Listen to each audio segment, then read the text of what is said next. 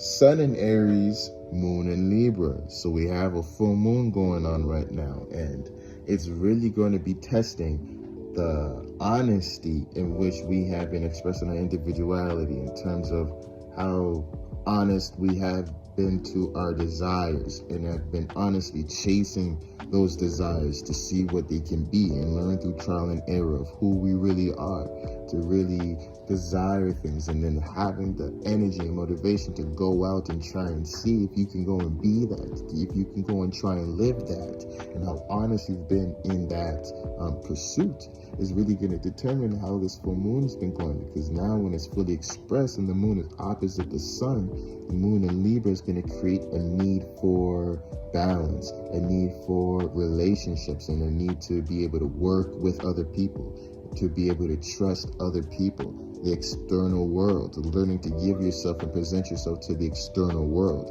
But Aries energy a lot of times is trying to start things and trying to move things forward and always trying to get ahead. You can't get ahead of somebody and say that you're working with them on equal terms.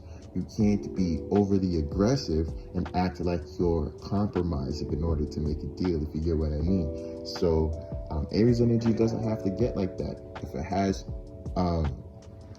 has good outlets for that energy, for that motivation, aka you're really trying to discover your individuality and chasing your desires and really living them out within them, and not being afraid and trying to boldly, dynamically express yourself of who you are, and you don't have to have all the answers. You just have to have a faint vision and the energy to go and chase it.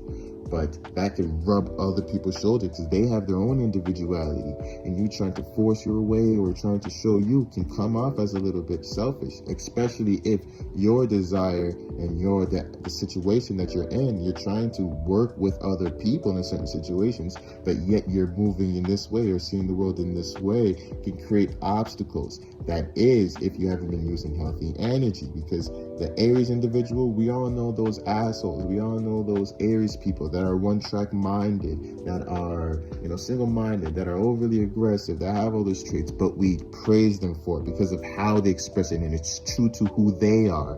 And there's less distortion in that expression, and we can appreciate that asshole because he's blunt. He goes straight to the point. He doesn't add that fluff. We can appreciate, that dynamic person because they're always doing new things and showing you new ways, and they're always motivating you to go and move and stuff like that. So there's definitely positive ways for this to be expressed.